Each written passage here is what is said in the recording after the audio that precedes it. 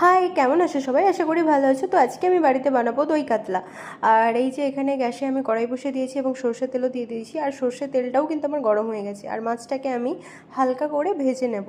যেহেতু দই কাতলা করব তো খুব বেশি ভাজবো না। আর এদিকে আমার মনটা খুবই খারাপ, কারণ হচ্ছে যে আমার রিং লাইটটা খারাপ হয়ে গেছে, কেন জানি না চলছে না। তো যাই হোক, এখানে আমি সব মশলা দিয়ে দিয়েছি, শুকনো লঙ্কা, তেজপাতা, গোটা গরম মশলা, আর দিয়ে দিলাম পেঁয়াজ পেস্ট আর কাজু পোস্ত পেস্ট, আর দিয়ে দিলাম হলুদ, লঙ্কার গুঁড়ো, যেরকম ঝাল খাবে সেটা দিয়ে দেবে সেরকমভাবে। তো তারপরে এখানে আমি জলও দিয়ে দিলাম, আর দিয়ে দিয়েছি টক দই, কয়েকটা কাঁচা লঙ্কা, দিয়ে দিলাম লবণ। তারপরে একটু জল দিয়ে ভালো করে কষিয়ে নিলাম। তো ভালো করে কষানোর পরে 2 বাটি জল দিয়ে দিলাম ঝোলের জন্য।